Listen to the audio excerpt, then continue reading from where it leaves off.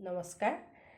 আজিৰ মোৰ পাঠ্যক্ৰমত পাঠ লৈ আহিছোঁ অনুবাদ সাহিত্য বুলিলে কি বুজা আৰু অনুবাদ সাহিত্যৰ ক্ৰমবিকাশৰ ইতিহাস সম্পৰ্কে ব্যাখ্যা দাঙি ধৰক বা আলোচনা কৰক, এই প্ৰশ্নটি লৈ আহিছোঁ।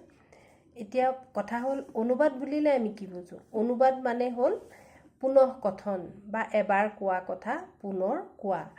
এতিয়া কথা হ'ল অনুবাদ সাহিত্য। অনুবাদ সাহিত্য বুলি ক'লে আমি এইটো ক'ব লাগিব, আমি এইটো বুজিম যে কোনো পাঠ বা কোনো গ্ৰন্থ, কোনো কাব্য এটা ভাষাৰ পৰা আন এটা ভাষালৈ পাঠৰ মূল কথাৰ কোনো বিকৃত নোহোৱাকৈ পৰিৱৰ্তিত কৰা পৰ্যায়টোকে বা পদ্ধতিটোকে আমি অনুবাদ বুলি ক'ম। এতিয়া অনুবাদ হৈছে এটা ভাষাৰ পৰা আন এটা ভাষালৈ পৰিৱৰ্তন কৰা এক প্ৰক্ৰিয়া। আমি এই বুলি লিখিম অনুবাদ বুলিলে কি বুজাটো।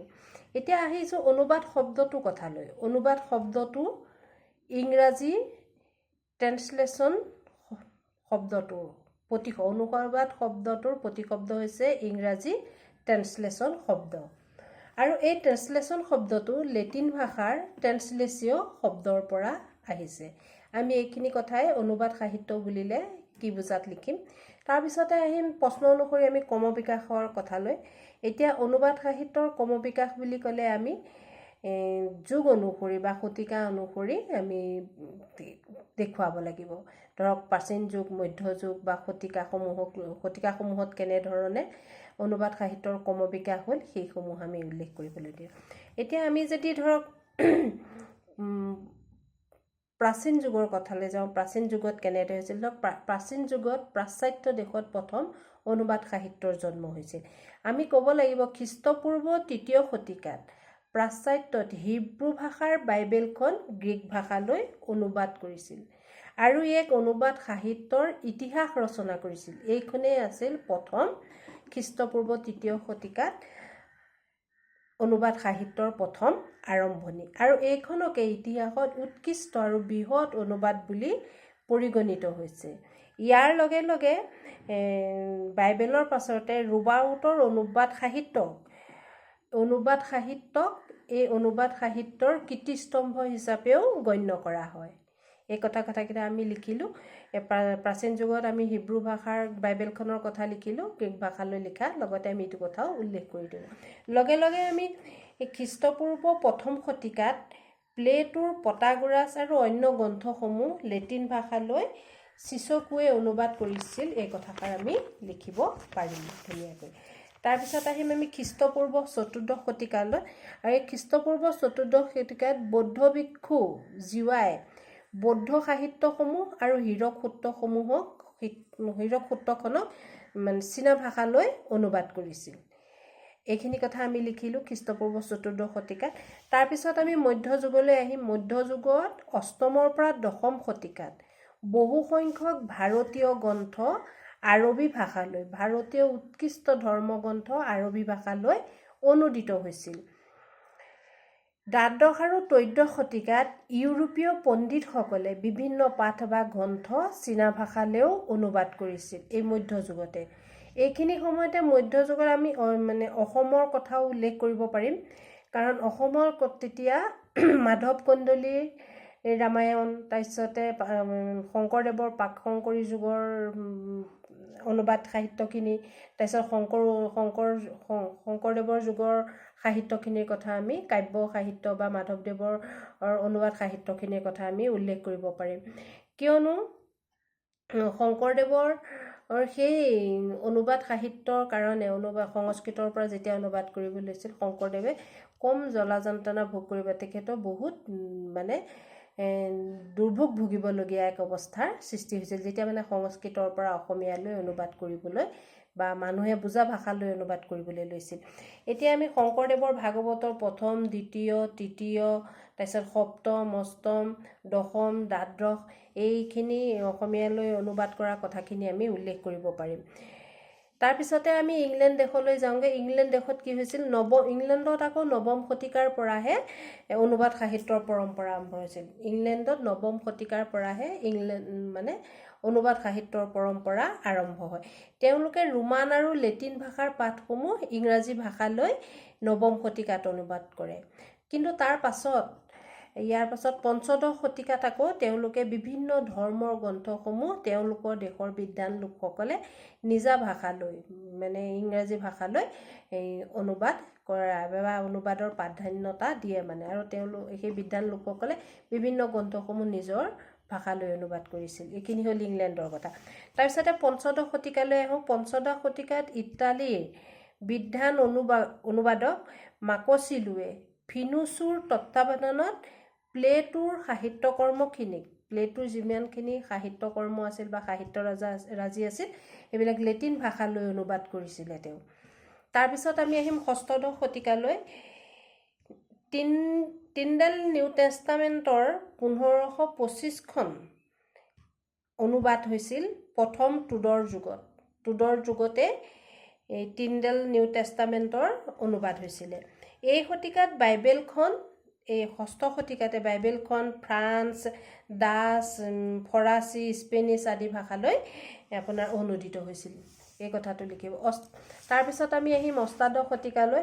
অষ্টাদশ শতিকাত পলিছ ভাষাৰ অনুবাদক, এজন বিশিষ্ট অনুবাদক, কবি আৰু উপন্যাসিক ইগনিছে ফৰাচী, গ্ৰীক ভাষাৰ পৰা বহু পাঠ বা গ্ৰন্থ পলিছ ভাষালৈ অনুবাদ কৰিছিল। আমি অষ্টাদশ শতিকা শেষ কৰিলোঁ। লগে লগে আমি ঊনবিংশ আৰু বিংশ শতিকাৰ কথালৈ আহোঁ। ঊনবিংশ আৰু বিংশ শতিকাত পাৰ্চী ভাষাৰ ৰুবায়ত আৰু ইংৰাজ কবি মেথিউ আৰ্নল্ডৰ হোমাৰ অনুবাদ এক উল্লেখযোগ্য কীৰ্তি। এইখিনি হ'ল ঊনবিংশ শতিকাত। এতিয়া ঊনবিংশ শতিকাতে আমি ধৰক ঊনবিংশ শতিকাৰ মাজৰ সময়খিনিত ধৰক 1889 চনত আমাৰ অসমৰ প্ৰেক্ষাপটত আমি জোনাকী কাকতৰ কথা ক'ব পাৰোঁ। কাৰণ 1889 চনত জোনাকী কাকতখন চন্দ্ৰকুমাৰ আগৰৱালাই সম্পাদনাত প্ৰকাশ কৰিছিল। আৰু এই আলোচনীখনতে অসমীয়া ভাষালৈ অনুবাদ সাহিত্যৰ ৰূপান্তৰ ঘটে। অসমীয়া নতুন নতুন লেখকসকলে পাশ্চাত্যৰ সাহিত্য, বহুখিনি নাটক, উপন্যাস, কবিতা আদি তেওঁলোকে ধৰক চনেট কবিতা, তাৰপিছত চতুৰ্দশপদী কবিতা তেওঁলোকে অনুবাদ কৰিছিলে। এইখিনি কথাও আমি একেলগে লিখিব পাৰিম। তাৰপিছত আমি আহোঁ যে বিংশ শতিকাটোৱে অনুবাদ সাহিত্যৰ যুগ বুলি কোৱা হয়, অনুবাদৰ যুগ বুলি কোৱা হয়। কাৰণ আৰ্জেণ্টিনাৰ লেখক জৰ্জ লুইছে ইংৰাজী, ফৰাচী, জাৰ্মান আদি ভাষাৰ পৰা স্পেনিছ ভাষালৈ বহু গ্ৰন্থ অনুবাদ কৰিছিল বিংশ শতিকাত। তাৰপিছতে আমি একবিংশ শতিকাৰ অনুবাদ সাহিত্যৰ কথা ক'বলৈ লাগিব। কাৰণ আমি একবিংশ শতিকাটোৱে এই অনুবাদ সাহিত্যক বিভিন্ন দিশলৈ বিস্তাৰিত কৰি লৈ গৈছিল। কাৰণ ইণ্টাৰনেটৰ আগ্ৰাসী ভূমিকাই বা এই শেহতীয়াকৈ ইণ্টাৰনেটৰ যি উত্থান হ'ল, এই উত্থানে একবিংশ শতিকাত অনুবাদ সাহিত্যক এক বেলেগ বা বিশিষ্ট ৰূপ প্ৰদান কৰিলে। এতিয়া মানৱ যন্ত্ৰৰ সহায়ত, আগতে মানুহে কৰিছিল, তাৰ সহায়ত কি হ'ল যে ইয়াত যন্ত্ৰ মানৱে ঠাই পালে। ধৰক প্ৰগতিশীল বা পৃথিৱীৰ উন্নত দেশসমূহে কি কৰিলে, মানুহৰ ঠাইৰ বাদেও তেওঁলোকে এই শেহতীয়াকৈ যন্ত্ৰৰ দ্বাৰা অনুবাদ সাহিত্য প্ৰচাৰ প্ৰসাৰ কৰাটোত সুবিধা গ্ৰহণ কৰিলে আৰু এখন বিশ্বব্যাপী বজাৰ গঢ়ি তুলিলে। তাৰ উপৰিও স্থানীয়কৰণৰ সুবিধাও প্ৰদান কৰিলে। ভাষা স্থানীয়কৰণৰ যি সুবিধা সেইটো প্ৰকাশ কৰিলে। এইখিনি কথা আমি এই শতিকা অনুযায়ী বা যুগ অনুযায়ী উল্লেখ কৰিলোঁ। তাৰ লগে লগে আমি অসমৰ প্ৰেক্ষাপটত আমি লিখিব পাৰিম। আমি অসমৰ প্ৰেক্ষাপটৰ কথা লিখিবলৈ গ'লে শংকৰ মাধৱ কন্দলী, শংকৰদেৱ, মাধৱদেৱৰ পৰা আদি কৰি তেওঁলোকৰ উত্তৰসূৰী বা পূৰ্বসূৰী কবিসকলৰ অনুবাদ সাহিত্যৰ কথা উল্লেখ কৰাৰ লগতে একেবাৰে কৃষ্ণকান্ত সন্দিকৈ অনুবাদৰ কথালৈকে আমি উল্লেখ কৰিব পাৰিম। কৃষ্ণকান্ত সন্দিকৈ যিখন অনুবাদৰ কথা গ্ৰন্থ লিখিছিল সেইখনৰ কথাও আমি উল্লেখ কৰিব পাৰিম। কাৰণ এইখিনি অসমৰ ক্ষেত্ৰত অনুবাদ সাহিত্যই এক সুকীয়া বৈশিষ্ট্য বহন কৰিছিলে। প্ৰথমতে আছিলে আমাৰ প্ৰাচীন গ্ৰন্থসমূহ অনুবাদ কৰা সংস্কৃতৰ পৰা অসমীয়ালৈ। পৰৱৰ্তী ধৰক ঊনবিংশ শতিকাত আমাৰ পাশ্চাত্য যিবিলাক ইংৰাজী ভাষা, অন্য ভাষাৰ ৰীতি নীতি বা পাশ্চাত্য ৰীতি নীতি, কবিতা, গল্প, উপন্যাস, নাটক আদি কেনেকৈ অনুবাদ হ'ল সেই কথাখিনি আমি লিখিলে আমাৰ এই অনুবাদৰ ক্ৰমবিকাশৰ উত্তৰটো এটা সুন্দৰ উত্তৰ হ'ব বুলি মোৰ ধাৰণা।